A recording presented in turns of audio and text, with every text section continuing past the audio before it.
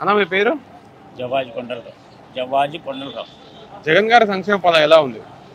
బాగుంది. బాగుందా? అమ్మఒడి బాగుంది. ఇల్లులు ప్రతి ఇంటికి, పేదవాడికి ఇంటి సొంత ఇల్లు కళ నెరవేరింది. ఈ రోజుల్లో ఇల్లు కొనాలంటే చాలా కష్టం సామాన్యుడు. గజం 30,000 నుంచి 40,000 కలుగుతుంది. ఈరోజు ఇల్లు కొని కట్టాలంటే పేదవాడు ఎప్పటికీ కళ నెరవేరేది కాదు, కష్టంతో కూడిన పని. ఆ సొంత ఇంటి కళ నెరవేర్చడం చాలా సంతోషంగా ఉంది నాకైతే. మీకు కానీ మీ కుటుంబం సభ్యులు ఎవరికైనా వచ్చినాయి పట్టాలు? ఇలా వచ్చినాయి. మా బంధువుల్లో నలుగురికి వచ్చినాయి. గతంలో చంద్రబాబు ఇలాంటివి చేయలేదా? చంద్రబాబు టిక్కో ఇల్లు అని కట్టి ఒక్కొక్కరికి 3 లక్షలు 4 లక్షల రూపాయలు బ్యాంకు లోన్ వాళ్ళని ఎత్తిన అప్పు భారం పెట్టారు. అప్పుల భారం బ్యాంకుకి కిస్తీ కట్టాలంటే ఇంటి అద్దె కట్టినట్టే ఉంటుంది. రూపాయి మళ్ళీ దానికి వడ్డీ. మా ఫ్రెండ్ ఒక ఆటో తోలుకుంటాడు. టిక్కో ఇల్లు మీద 3,60,000 రూపాయలు తీసుకున్నారు లోన్. ఇతని పేరు మీద వాళ్ళు బ్యాంకులో లోన్ తీసుకున్నారు. నెలకు వచ్చేసరికి 4,000 రూపాయలు వడ్డీ, ఇంట్రెస్ట్. దానికి వడ్డీ ప్లస్ అసలు. వడ్డీ 4,000 రూపాయలు వడ్డీ, అసలు ఒక 5,000, 9,000 రూపాయల బ్యాంకు లోన్ కట్టాల్సి వస్తుంది. అతను ఇంతకుముందు 5,000 రూపాయలు రెంట్లో ఉండేవాడు. అట్లా ఎన్ని సంవత్సరాలు కట్టాలి? కనీసం 10 సంవత్సరాలు ఆ బ్యాంకు లోన్ దొరాలంటే 10 సంవత్సరాలు టైం పడుతుంది. అంటే ఇతను అద్దె కంటే ఎక్కువ పే చేస్తున్నాడు. ఇల్లు సొంత ఇల్లు ఇచ్చినట్టు ఎక్కడుంది? ఇంకా మొత్తం క్యాలిక్యులేషన్ చేస్తే ఇతను ఈ డబ్బులను దాచుకుంటే ఇతనే సొంత ఇల్లు కొనుక్కోవచ్చు. చంద్రబాబు టిక్కో ఇల్లు అన్నది పచ్చి మోసం.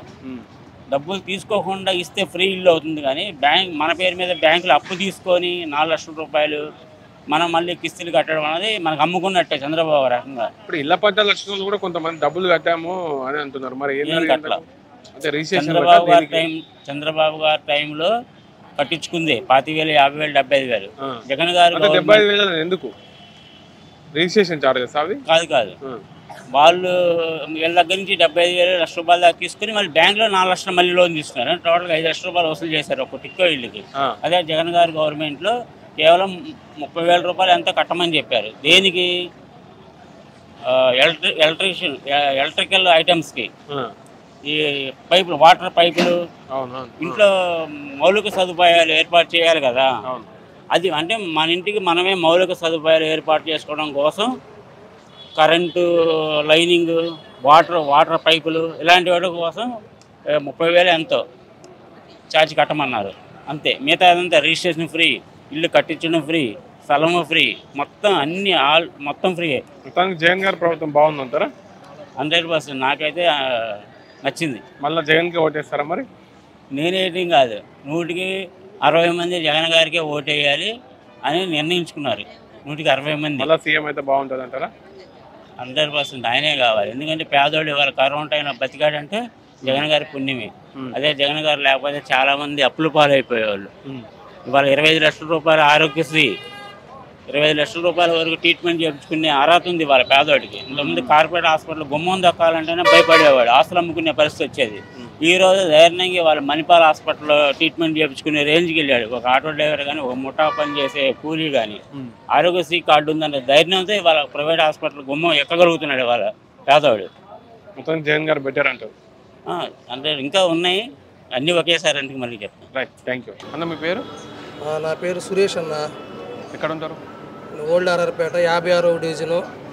జగన్మోహన్ రెడ్డి గారు మళ్ళీ వస్తారు అనడానికి గల కారణం ఏంటి? అంటే గెలుస్తారు అనడానికి జగన్మోహన్ రెడ్డి గారిని మనము ఏ విధంగా అయినా చెప్పుకోవచ్చు. రావడానికి కారణాలు చాలా ఉన్నాయి, ఒకటి కాదు, చెప్పుకోవడానికే మనము లెక్కించుకోలేని అన్నీ ఉన్నాయి. కొన్ని చెప్పగలరు? కొన్ని ఎట్లా అంటే ఒకటి కాదు, అమ్మ ఒడి ఏంటి, మరి ఎస్సీలకి రిజర్వేషన్ కల్పించడంలో కానీ, వాళ్ళకి సీట్లు ఇవ్వడంలో కానీ, మైనార్టీలకు కానీ, మరి తర్వాత మరి ఆటో వాళ్ళకి కానీ ఎన్ని పథకాలు, ఒకటే ఆరు కాదు. మరి మరి ఇంకా మంగళి పని చేసుకునే వాళ్ళకి రకరకాల పథకాలు ఉన్నాయి. ఇది అది అని కాదు. మరి ఎన్ని స్కీములు మన ఇల్లు ఇస్తున్నారు, ఎప్పుడన్నా ఇచ్చారా? ఏనాడన్నా ఉందా? ఎంతమంది నిరుపేదలు ఇవాళ ఇల్లు కోసం మనం మా ఊరు సైడ్ వెళ్తే, మా సొంత ఊరికి వెళ్తే ఆ ఇల్లు చూస్తుంటే ఎంత ఒక కాలనీ లాగా ఉందన్నమాట. జగనన్న కాలనీ అంటే అసలు ఎంత సుందరవందనగా ఉందో చూడటానికే కళ్ళు చాలట్లా, అంత ఇదిగా ఉన్నాయి. ఎప్పుడు లేదండి ఈ ప్రభుత్వంలో ఉన్న పథకాలు ఏనాడు చంద్రబాబు చెప్పుకోవడానికి ఏమి లేవు. ఎప్పుడన్నా ఉందా? ఏదన్నా ఒకటి చెబుతారా? చెప్పండి. ఏమి లేదు. ఏముంటాయి? కాకపోతే పసుపు కుంకుమ అనేది ఒకటి వేసాడు. అది కూడా ఏముంది? వచ్చిన వాళ్ళకి వచ్చినాయి. అది కూడా జన్మభూమి కమిటీల్లో ఎవరైతే వాళ్ళ యొక్క మనుషులు ఉన్నారో వాళ్ళ పెత్తనం ద్వారా వాళ్ళు చెబితేనే పని జరిగింది, లేకపోతే లేదు. దానిలో కూడా అందాకెందుకంటే మాకు అన్యాయం జరిగింది. ఆ ప్రభుత్వంలో ఉండగా మాదే పొలం కబ్జా జరిగితే మమ్మల్ని కనీసం ఎమ్మెల్యే దగ్గరికి వెళ్తే కనీసం కొంచెం కూడా మాకు న్యాయం జరగల. అదేమంటే నువ్వు వైసీపీ పార్టీవి అని చెప్పేసి వాళ్ళు మా మీద దౌర్జన్యానికి వచ్చి మా పొలాన్ని లాగేసుకున్నారు. టీడీపీ కార్యకర్తలు రేపల దగ్గర అంత దౌర్జన్యాలు చేసిన పార్టీ అండి అది. జగన్మోహన్ రెడ్డి పరిపాలన బాగుందంటారా? మరి చాలా బాగుందండి, 100కు 100. ఇప్పుడు 170 ఎందుకు చెప్పుకుంటున్నాం మనము? మనలో దమ్ము ధైర్యం ఉంది, చెప్పుకోగలిగే ఇది ఉంది. నేనేమంటున్నాడు జగన్మోహన్ రెడ్డి గారు ఏమంటున్నారు? నేను నీకు మంచి చేస్తేనే నాకు ఓటేమని అడుగుతున్నారు. ఆ దమ్ము ధైర్యం వాళ్ళకు ఉందండి? లేదు. ఆ చెప్పగలిగే దమ్ము ధైర్యం వాళ్ళకి లేదు. ఇప్పుడు 170కి 170 చెప్పడం అంటే అంత ఈ ఆషామాషి కాదు. చెప్పాలంటే కూడా ఒక గట్స్ కావాలి. ఆ గట్స్ మన జగన్మోహన్ రెడ్డి గారిలో ఉన్నాయి. యువ నాయకుడు, సత్తా ఉన్నవాడు, ఏదైనా చేయగలడు. ఆ దమ్ము ఎక్కడి నుండి వచ్చినది? ఆ తండ్రి నుండి కునుకు పుట్టుకున్నాడు ఏం చేయాలి ఏంటి అనేది. ఆయన ఒక అడుగెత్తి 4 అడుగులు ముందుకేసి ఎంతో విధిగా చేసాడు. ఆ తాతలకి అవ్వలకి ఎన్ని పెన్షన్ అంటే అసలు ఎంత దారుణంగా ఉండేదన్నమాట. లైన్లో నిలబడి ఆ డబ్బులు ఇవాళ రాలేదని తిరిగి వెళ్ళిపోయేవాళ్ళు. అలాంటిది లేదు. మన ఇంటి ముందుకు వచ్చి బెల్ కొట్టి లేకపోతే గేటు కొట్టి నిద్ర లేవకముందే కళ్ళు నలుపుకుంటూ తీసుకునేవాళ్ళు. అలాంటి పరిపాలన మన జగన్ అన్న సాగిస్తున్నాడు. మళ్ళీ జగన్ వస్తే బాగుంటుందా? 100%కి జగన్ గారు వస్తే మన జీవితాలు బాగుపడతాయి. పేదల ముందు పేద ప్రజలు అనేవాళ్ళు అన్నం తింటారు. చాలా బాగుంటుంది. జగన్ ప్రభుత్వం బాగానే ఉంది. నాకు పెన్షన్ వస్తుంది. ఎంత వస్తుంది? నెలకు 3000 వస్తుంది. మాకు ఇబ్బంది లేకుండా బాగానే జరుగుతుంది. మళ్ళీ జగనే కావాలని మేము అనుకుంటున్నాం. ఇంతకుముందు గతంలో చంద్రబాబు కంటే బెటర్ ఉందా? మరి ఇప్పుడు ఇంటికి వచ్చి పింఛన్ ఇస్తున్నారు. అప్పుడు అక్కడ తీసుకోవాలి. ఇంటికి వచ్చి ఇస్తున్నారుగా. 1వ తారీఖే పొద్దుపొడవ తారీఖు ఇంటికి వచ్చి ఇస్తున్నారు. మరి మాకు మేలుగానే బాగుంది. మళ్ళీ గెలిస్తే 4000 ఇస్తా అని చెప్తున్నాడు కదా, నమ్ముతారా జగన్? నమ్ముతాం, గ్యారెంటీగా నమ్ముతాం. జగనే రావాలి మళ్ళీ.